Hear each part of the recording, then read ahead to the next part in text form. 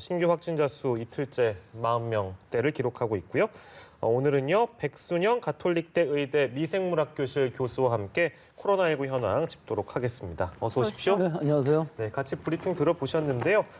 일단 특징적인 것은 2주 만에 해외 유입 사례가 국내 감염자보다 더 많아서 이 부분 어떤 연유에서 그렇게 됐는지 좀 분석을 해주신다면요. 예, 결국 해외 유입이 12일째 두 자릿수를 계속 나타나면서 지난 일주일을 돌아보면은 지역 사회에서의 발생은 상당히 좀 줄어드는 경향을 보이는 반면에 해외 유입은 계속 늘어났거든요. 예. 결국 토탈로 하면 40명에서 60명 사이로 유지는 되고 있지만 해외에서 유입되는 환자들이 상당히 많이 있고 예. 또 이들이 여러 가지 이제 문제가 있을 수가 있는 것이 이 확진자가 늘어난다는 것은 역시 우리 의료 체제에 부담을 줄 수 있다는 얘기가 되고 예. 또 지금 이 들어오는 이 확진자들은 대부분 내국인이 아니고 외국인 노동자들이 우리나라의 여러 가지 이제 환경들 때문에 지금 들어오는 시기가 됐고 또 출국했던 사람들이 다시 들어오는 상황이거든요. 예. 그래서 앞으로도 더 늘어날 만한 환경에 있는 것이 보이고요. 네. 이런 것들이 관리가 잘 되지 않으면은 결국은 싱가포르에서 일어났던 것처럼 예. 이분들이 지금은 입국한 다음에 전부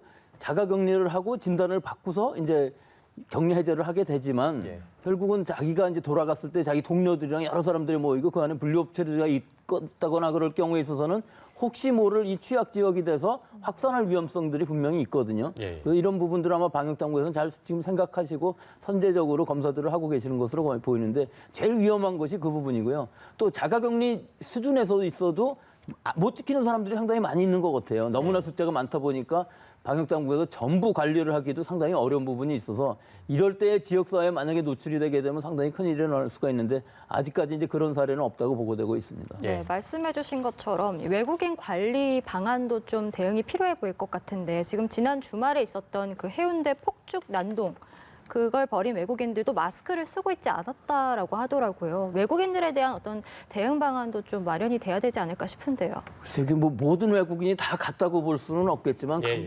특이한 부분이 많이 있는데 아마 이게 그 날짜를 보면은 미국 독립기념일 때문에 밤새고서 폭죽을 터뜨리고 했던 것 같은데요. 그 중에 또 대부분이라고 보지만 일정 수가 아마 미군이었을 확률도 많이 있어요. 그럼 네. 우리가 그 사람들을 뭐 경범죄라도 처벌할 수 있냐 하면 그렇지 않은 상황이거든요.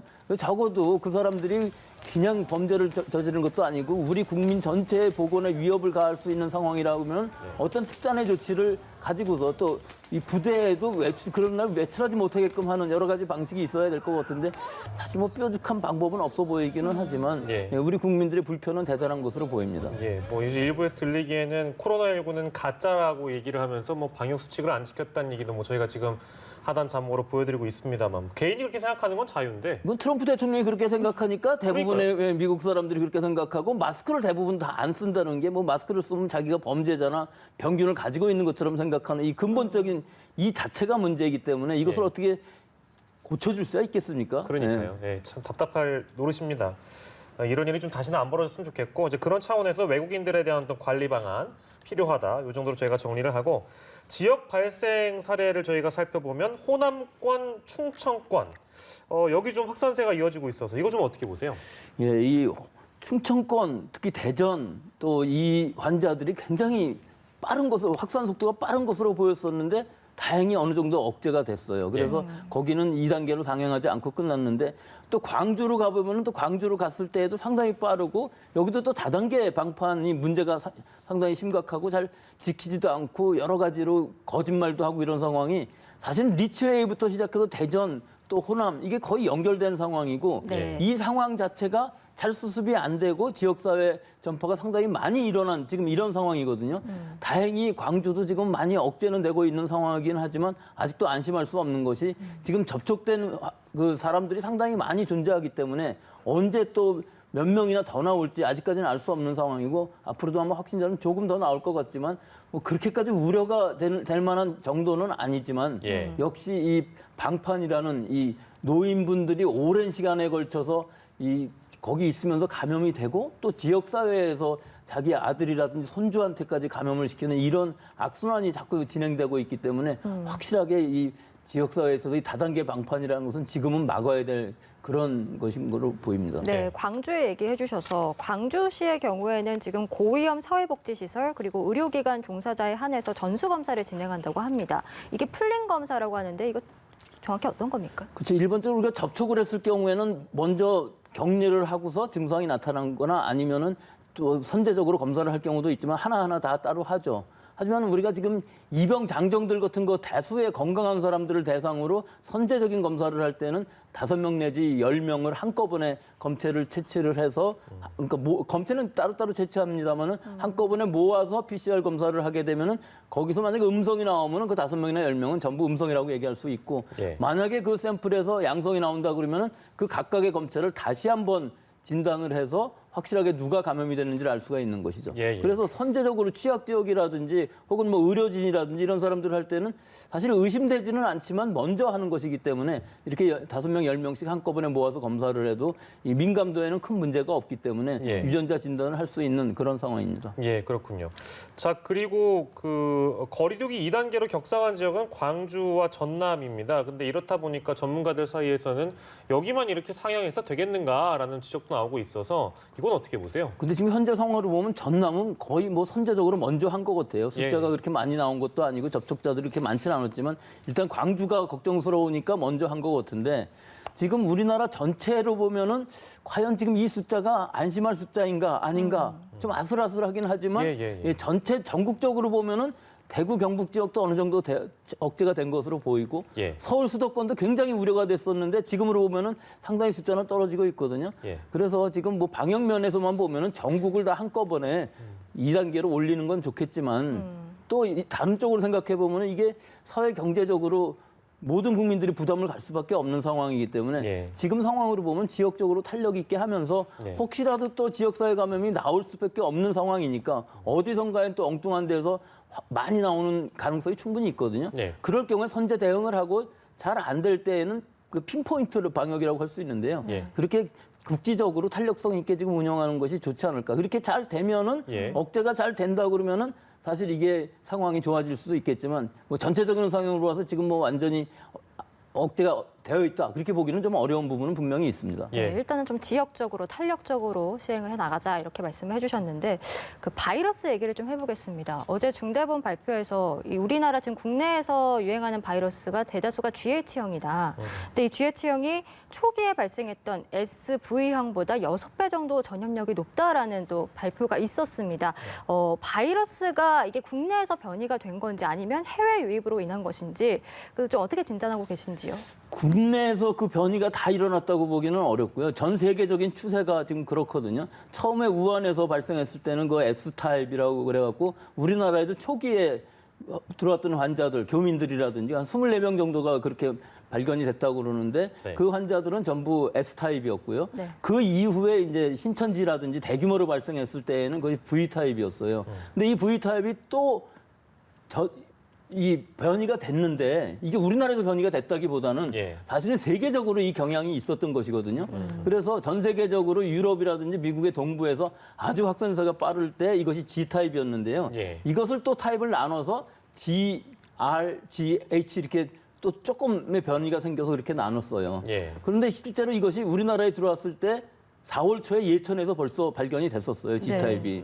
그 이후에 5월 연휴 이후에 나타나는 것들은 대부분 G타입인데 그중에서도 최근에 광주, 대전, 뭐 서울의 수도권에서도 최근에 나온 것들은 전부 GH타입이라고 볼 수가 있는데 이건 뭐 시퀀싱을 유전자 연구소를 밝혔으니까 알 수가 있는 것이죠. 예. 근데 최근에 미국이랑 영국의 같이 연구에 의해서 이 D614G라는 이것이 그 변이주의 이름인데요. 614번째 아미노애시드가 바뀌었다. 글라이신으로 바뀌었다. 그래서 그 이름을 이렇게 지은 것인데 이 바이러스가 뭐 동물 실험 또 인비트로 세포 배양 실험 또 환자에서도 실험을 해보니까 이 돌기 단백질이 변이가 돼서 굉장히 우리 세포에 들어오기 쉽게 되어 있고 또 이렇게 감염이 되면 환자 내에도 바이러스가 많기 때문에 전파도 더 잘 된다. 그래서 예. 결국은 3배 내지 6배 정도의 감염력을 가지고 있다.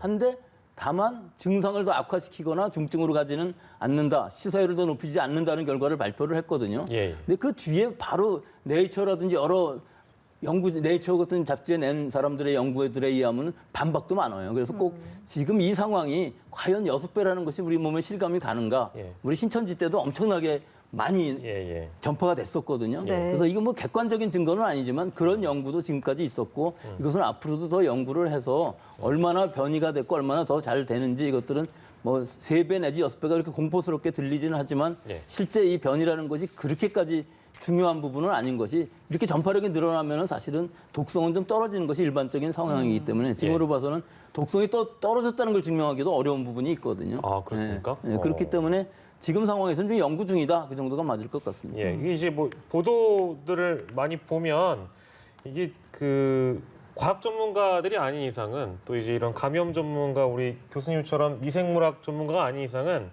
이런 단어에 대한 성격 규정을 좀 새로 해주시면 좋을 것 같아서 저도 헷갈려가지고요. 변종, 변이 뭐 같이 써도 됩니까? 그렇다면? 변이가 이제 계속 일어나는데 예. 별로 의미가 없는 변이가 많습니다. 예. 이 뭐 바이러스의 유전이라는 것을 보면 이게 RNA 바이러스인데 예. 결국은 단백질을 만들어야 되는데 단백질을 바꾸지 않는 변이라는 것은 일어났어도 큰 의미가 없고 그냥 넘어가는 것인데 예. 실제 이 돌기 단백질 같은 데 중요한 변이가 하나 생기면은 예. 사실은 그 2차 구조라고 그래서 입체적으로 볼 때는 어떻게 변할지 얼마나 잘 붙는지 이런 것들을 잘 알 수가 없거든요. 예. 그래서 그런 것이 변화했을 때에는 변종의 그 영어로 하면 뮤탄트라고 그러는 것이고 변이라는 것은 뮤테이션이라는 그 나타나는 현상. 예. 변이가 일어나서 어떤 중요한 새로운 것이 나타났다 그러면 그것은 변종 바이러스라고 볼 수가 있는 것이죠. 예. 사람의 성격이 이상하면 변종이라고 얘기할 수 있는 것이 그런 부분이 있을 수가 있는 거죠. 좀 네. 어려우실까 봐 제가 네, 정리해드렸습니다. 바이러스 얘기까지 해봤고요. 예. 또 우려스러운 점이 있다 하면 아파트, 헬스장, 골프장 등 우리 일상 곳곳으로 지금 전파되는 사례들이 또 발견이 되고 있습니다. 특히 의정부 아파트 사례 같은 경우는 이제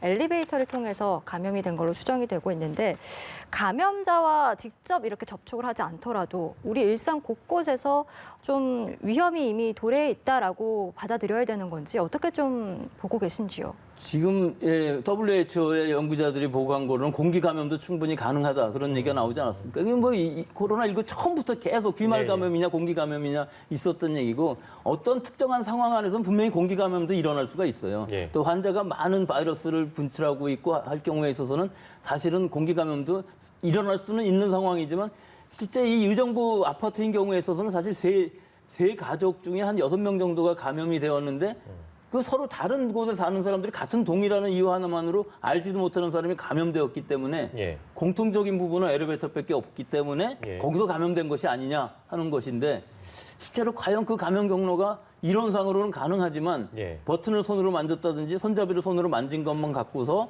과연 했을까? 또 마스크를 쓰고 있는지 안 썼는지 그것까지 잘 모르겠지만 그 경우에 있어서는 사실 공기 감염으로 굉장히 어려운 것 같고요. 지금으로 봐서는 그때 그 헬스장에도 굉장히 많은 사람을 감염을 시켰거든요. 그래서 이 감염원 자체가 상당히 전파력이 높은 상황이었고 우연히 엘리베이터 안에서 접촉 감염도 있을 수 있었겠지만 사실 지금으로서는 그 감염원이 확실히 특정 짓기가 어렵다 하는 부분이 맞는 것이지 꼭 승강기에서 감염되었다 하는 것은 특정하기는 어려운 것이 그전에 사스 코로나 바이러스일 경우에 있어서도 9층 한 층이 다 감염된 적이 있었거든요. 근데 결국은 모른다고 그랬지 그것이 승강기 안에서 버튼이라고 확정짓지는 못했어요. 지금 이 상황도 뭐 거의 모르는 것에 가까운 것으로는 보입니다. 마지막 질문이 될 것 같은데요. 아무래도 이제 휴가철이 다가오다 보니까 야외에 나가서 뭔가를 뭐 무슨 활동이든 또 하실 분들이 많이 계시기 때문에 이제 골프장 사례 때문에 말씀드리는 건데 야외에서 골프 치다가 이제 감염된 사례들도 분명히 지금 존재하니까요. 야외에서 특별히 어떤 부분을 좀 조심해야 이렇게 옮지 않을까라고 아마 생각하시는 시청자분들 많으실 것 같습니다. 어떤 좀 조언을 해주시면 좋을까요? 근데 하여튼 야외를 전체로 다 묶어서 얘기하기는 어렵고요. 이 골프장만 얘기를 하자면은 사실 골프를 치러 간다는 행동 자체는 하루 종일 같이 있는다는 얘기는 되거든요. 그래서 골프장에 가서 골프를 시작하는데 카트를 타고 같이 다니면 바로 옆에서 마스크 쓰고 얘기하지는 아마 안 했을 거고요. 결국은 거의 마스크 쓰지 않고 6시간, 7시간 골프를 치면서 그늘집 같은 데 가서 뭐 음료도 마시고 했을 것이고 그다음에 탈의실 가고 뭐 샤워도 하고 목욕도 하고 그다음에 또 이동하면서 같은 차를 타고 그다음에 또 같은 장소에서 식사를 했다. 뭐 이런 상황이니까 이게 꼭 골프장이라는 야외 공간에서 일어난 감염이냐 하는 것은 어려운 부분이 분명히 있는 것이고요. 다른 야외 공간에서의 얘기도 마찬가지인 것이 대부분 그 야외에서 어떤 행동을 하고 나서는 꼭 휴게실이라든지 식당이라든지 이런 데 실내 공간을 분명히 가게 돼 있고 예. 또 마음도 해이해지는 경우가 많이 있어요. 네. 여러 사람이 또 특히 모였을 경우. 그래서 이런 부분에 있어서는 뭐 여행 같은 것도 그렇고 가족 단위라든지 연인 관계라면 큰 문제가 아니겠지만 예. 이렇게 친구들이라든지 여러 사람들이 자꾸 모여서 같이 다니게 되면은 이 야외라고 해서 꼭 안심할 것도 아니다 하는 부분이 알 수 있겠습니다. 네, 야외라 해도 결코 안심할 수 없다는 것까지 전해드리면서 저희 오늘 백순영 가톨릭대의대 위생물학교실 교수와 함께했습니다. 말씀 고맙습니다. 고맙습니다. 감사합니다.